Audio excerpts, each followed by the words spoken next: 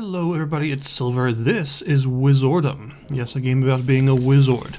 So this is an old school FPS, and by old school I mean like really old school, as in pre-Doom. We're looking at inspirations like Wolfenstein 3D and Catacomb 3D, for instance. So we're seeing a lot of level design using right angles and very little verticality, as well as a focus on like the classic sliding wall secrets all over the place for you to find. And of course, as you would expect from the title, this is a very magically themed game. So it's sort of like if Wolfenstein 3D was also Hexen, I guess, in a way. Currently, the early access version of the game has the entire first episode to play through, and I went through it on master difficulty and ended up taking about 6 hours or so, although I only found about half the secrets in the game. So I clearly could have spent more time in some of the levels because the secret hunting is actually quite good in this game and there are lots and lots of them to find. But how does it all work? So it starts off in a very simple way. You just get plopped down in the first level and told to go and kill things in the classic FPS style of a very light story. The idea being that there has been a horrific invasion of this area by some very nasty forces, and a mage order sent their best and brightest to go and fight them off, and none of them have come back, and you're basically the last chance. You start out with a mace. The mace actually does a surprising amount of damage, but is of course a melee weapon, and that can be very dangerous at times because there are plenty of enemies that you really don't want to get that close to if you've got the option. And you'll also find this blue mana stuff around the place that will empower your mace, causing it to do a bunch of extra damage whenever you have the mana for it, but it takes 5 mana per struck enemy. It'll also cause you to instantly destroy any stuff like barrels around the place, which is nice, but destroying those does not take mana. Just as long as you have it, you can destroy them quicker, which is useful because a lot of the destructible stuff has some useful resources in it that you want to get to. But it won't be long before you get your first spell, which is a fireball, a basic sort of fast-firing dual fire rings. And these are pretty fun to use just because they fire very quickly. They don't actually have any splash damage, but they do a very decent amount of damage at a nice range, so these will be kind of your bread and butter weapon for the entire first episode. And you'll find plentiful fire mana around the place in the form of these orange orbs. Eventually you'll also get some other stuff like an ice staff, which is really useful. It fires fast-moving icicles that do a small amount of damage but tend to freeze enemies, and once an enemy is frozen, any further hit from any other weapon like a fireball or a mace will shatter them and kill them immediately.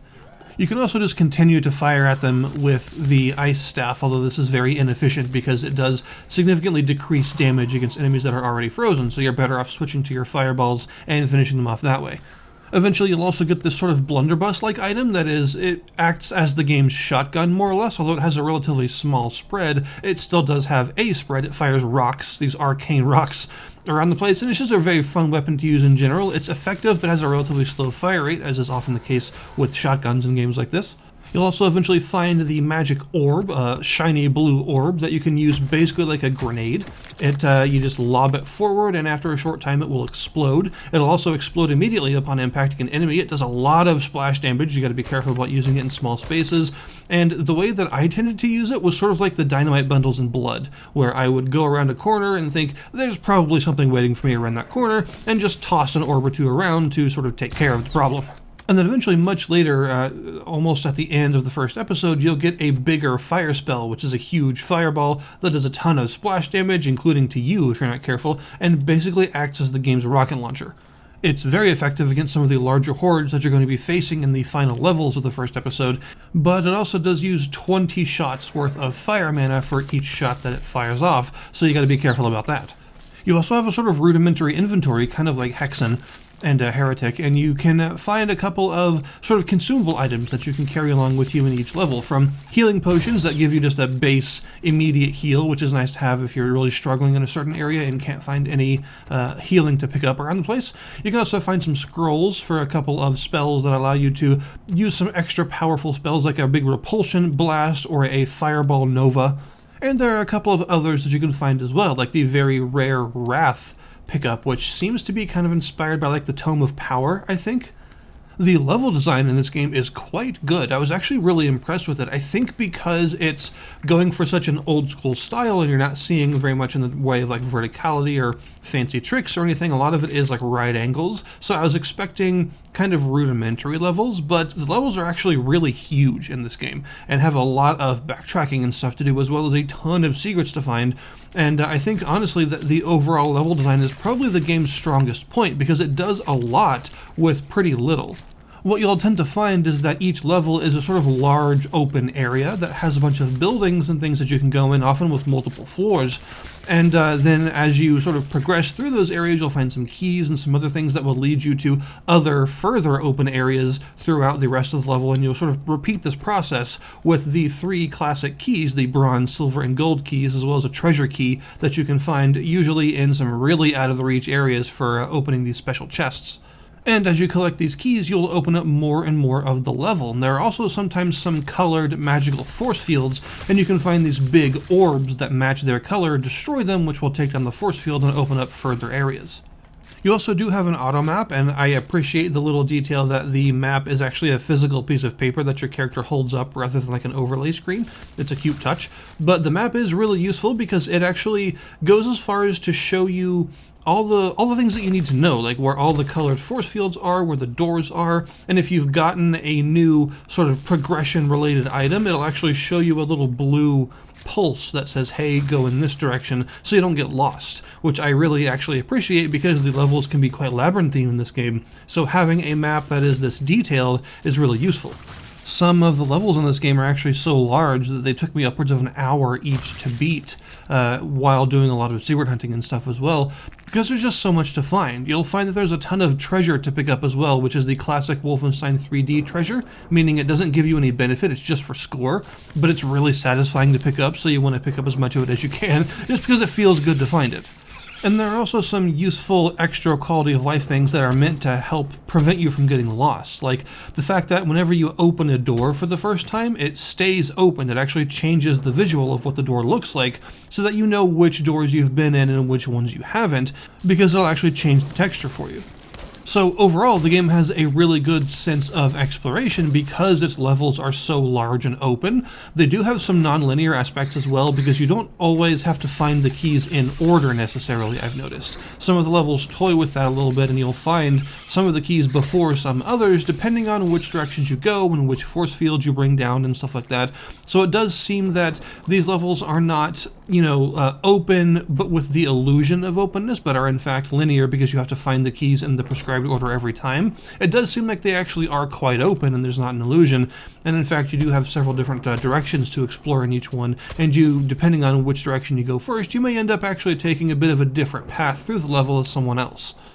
Enemy variety is pretty good for a first episode. It's not like gigantic, there aren't a huge number of enemies, but the enemies that are here have recognizable silhouettes and they also have their own unique threats. So as soon as they show up on screen, you know exactly what they can do and which ones you need to prioritize first, which is, in my opinion, the mark of a good old school enemy arsenal, because you need to have each one be kind of its own unique threat, and you need the player to be able to immediately understand exactly what each of them does in order to make your various enemy encounters more interesting. They're sort of like little puzzles.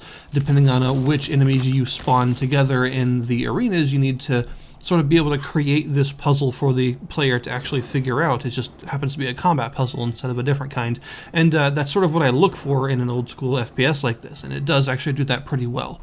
There is also a boss fight at the end of the first episode, and it's actually pretty good, surprisingly. I didn't know what to expect exactly. I was kind of expecting just like a huge wave of ads and like a very simple boss or something, but there are multiple phases to it, and there are also waves of ads, but they go in a certain rhythm. They have sort of a pattern to which things the boss does when, so you can actually memorize what it does. And it actually ends up being a pretty fun fight. It took me probably 4 tries on Master difficulty, so it was pretty challenging, but once I figured out how useful the fire shield pickups that I've been saving all game actually are, because the boss tends to use entirely fireball-based attacks, that made it a lot easier to figure out how to maneuver and actually survive long enough to pick up the ammo in the arena and actually fight back. In terms of the early access, they have a really nice roadmap that has some pretty exciting sounding features in it, and they've already met the earlier parts of the roadmap with some of the earlier updates. So that's a good thing to see, and they're planning on a major update relatively soon that's going to add an entirely new sort of spell system as well as alt fires for everything, which would be really nice to see. So that will pretty much completely change how the game feels once that actually comes out, and will be a really exciting thing to play through again with all this new shiny stuff. And then, of course, eventually they plan on adding an entirely new playable character. I have no idea how that's going to work, but that sounds interesting. Maybe it'll be, well, maybe they'll have different weapons, like how Hexen works or something like that. And then, of course, there are also 2 other episodes to be added in future updates as well to expand the game and make it longer. I think 3 episodes is going to be a good length for this game because the levels are genuinely quite large, and some of them take a lot to go through, and I can only imagine that the later episodes are going to have even more large and complex levels as the complexity of the game ramps up towards the end.